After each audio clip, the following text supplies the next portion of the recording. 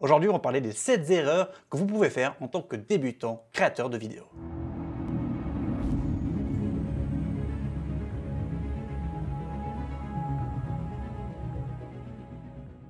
Bonjour à toutes et à tous et bienvenue sur une nouvelle vidéo. En tant que chose numéro 1 qu'on peut oublier, c'est faire la balance des blancs. En effet, les caméras maintenant le font automatiquement, mais il y a eu quelques cas où j'ai dû changer moi manuellement la balance des blancs. Par exemple, j'ai quelques shots ici où j'ai été filmer un boxeur. Et dans ces petites vidéos où j'ai filmé cette personne, il y avait quelques erreurs de balance des blancs, là où j'ai dû aller manuellement le changer. Il y a des moments où par exemple une balance des blancs est mal faite automatiquement par sa caméra et il faut manuellement le faire, aller le changer dans ses settings. Et tout d'un coup, vous verrez que ce petit shot que vous trouvez un petit peu moche, peut-être un petit peu trop jaune, ou un petit peu trop chaud, un petit peu trop froid, vous pouvez le rendre bien meilleur en le filmant différemment avec une autre balance des blancs. Deuxième erreur que font les débutants en fait, c'est tout laisser en automatique. Ah, qu'est-ce que c'est terrible quand on le remarque. Par exemple, quand on prend une vidéo, qu'on le laisse constamment en manuel ou constamment en automatique, ou qu'on laisse les ISO changer, etc. Tout d'un coup, la vidéo n'a pas cette structure, ce joli suivi que donnent les autres vidéos. Par exemple, quand on fait du vlog, on n'a pas trop envie de jouer avec ces settings. On garde quand même quelques settings automatiques, mais il faut laisser quelques-uns en manuel.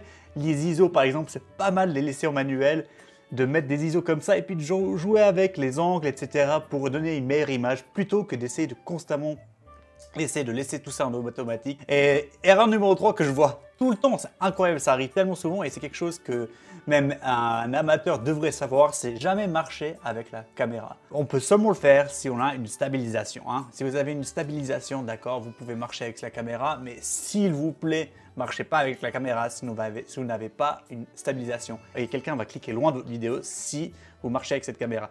Tenez-le stablement. Faites des mouvements de gauche à droite, mais ne marchez jamais avec la caméra, sauf si vous avez un stabilisateur comme un DJI Ronin, un Zhiyun Crane, etc. Et pour revenir un petit peu sur le point d'avant, oubliez d'ajouter du mouvement dans son shot. Non mais les gars, je veux dire, il faut pas marcher avec la caméra, d'accord, mais il faut pas non plus garder toujours comme ça son shot et pas de le dynamiser. Si on ne dynamise pas son shot avec quelque chose de cool en mouvement, parce que c'est quand même de la vidéo, ça rend la chose très vite ennuyeuse. Je connais beaucoup de personnes qui prennent des styles, c'est-à-dire qu'ils mettent leur caméra quelque part et laissent filmer. Par exemple, quand on filme un spectacle, la chose qu'on voit souvent sur YouTube, c'est 3 angles de caméra qui filment le spectacle et changer entre les 3 angles de caméra sur ce spectacle. C'est pas quelque chose qu'on veut voir. Il faudrait quand même avoir peut-être un shot qui reste fixe, mais une autre caméra qui reste en mouvement. C'est-à-dire quelqu'un qui tient une caméra qui bouge de gauche à droite et dont on peut changer dessus quand on le veut. Tout d'un coup, vous avez un film beaucoup plus dynamique et beaucoup plus agréable à regarder. Quelque chose que j'ai fait beaucoup de temps et beaucoup trop de temps, j'ai oublié de le faire, je ne l'ai pas fait, j'y ai pas pensé, et c'est la prise de son. Ici, j'ai maintenant une bonne prise de son, vous l'entendez maintenant, et ça donne une bien meilleure qualité audio. Les gens, quand ils ont une mauvaise qualité d'image, ils vont quand même rester un petit peu. Mais s'ils ont un sifflement, quelque chose qui ne leur va pas à l'oreille, alors ils vont partir directement de votre vidéo. Regardez votre audio, essayez de prendre une caméra qui a au moins une prise 3 mm pour votre audio. Et puis essayez d'acheter des bons microphones de qualité. J'ai moi en ce moment le Rode Link Filmmaker Kit. Et c'est excellent, c'est wireless et ça fait une très bonne qualité audio et j'apprécie beaucoup. Erreur numéro 6, c'est de jamais scripter ces vidéos. Alors, j'en suis coupable, je l'ai souvent fait. J'ai pour un sacré moment pas scripté mes vidéos. C'est-à-dire que j'avais aucun texte, j'avais rien et j'essayais de faire des blagues, des conneries devant la caméra. Et tout d'un coup, ce qui sortait derrière, c'était quelque chose de pas aussi bien que ça aurait pu l'être. Ça semble un peu brouillon, il n'y a pas de structure. Le spectateur, il ne sait pas ce qui se passe. C'est jamais bien. Essayez de scripter vos vidéos, d'avoir un texte, au moins un fil rouge à suivre pour que la personne, quand elle regarde votre vidéo, elle se dit « Ah, ça c'est ce qu'il est en train de dire. Ah, il va parler de ça. Ah, d'accord, ça c'est les choses que je peux faire mieux, etc. » Tu ne vas pas seulement aider les personnes qui regardent, les spectateurs, mais ça va aussi vous aider vous. Ça veut dire que quand vous allez faire votre vidéo, vous allez au moins avoir un suivi, quelque chose à regarder pour vous aider en fait à faire la suite de vos vidéos. Et enfin, la chose la plus importante, quelque chose que beaucoup d'amateurs font, beaucoup de débutants font pour la vidéo, c'est d'oublier vous, le public, c'est d'oublier la personne qui regarde la vidéo. Il faut se demander, est-ce que ma vidéo elle est sympa à regarder? Est-ce que ma vidéo aide quelqu'un?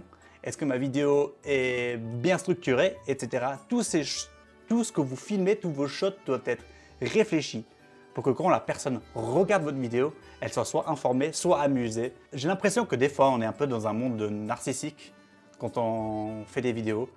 Je veux dire, on pense trop à nous, on pense trop au fait que « ouais, mais je fais cette vidéo pour moi, s'ils aiment pas, tant pis pour eux, etc. » Alors que c'est pas du tout la façon de réfléchir en fait.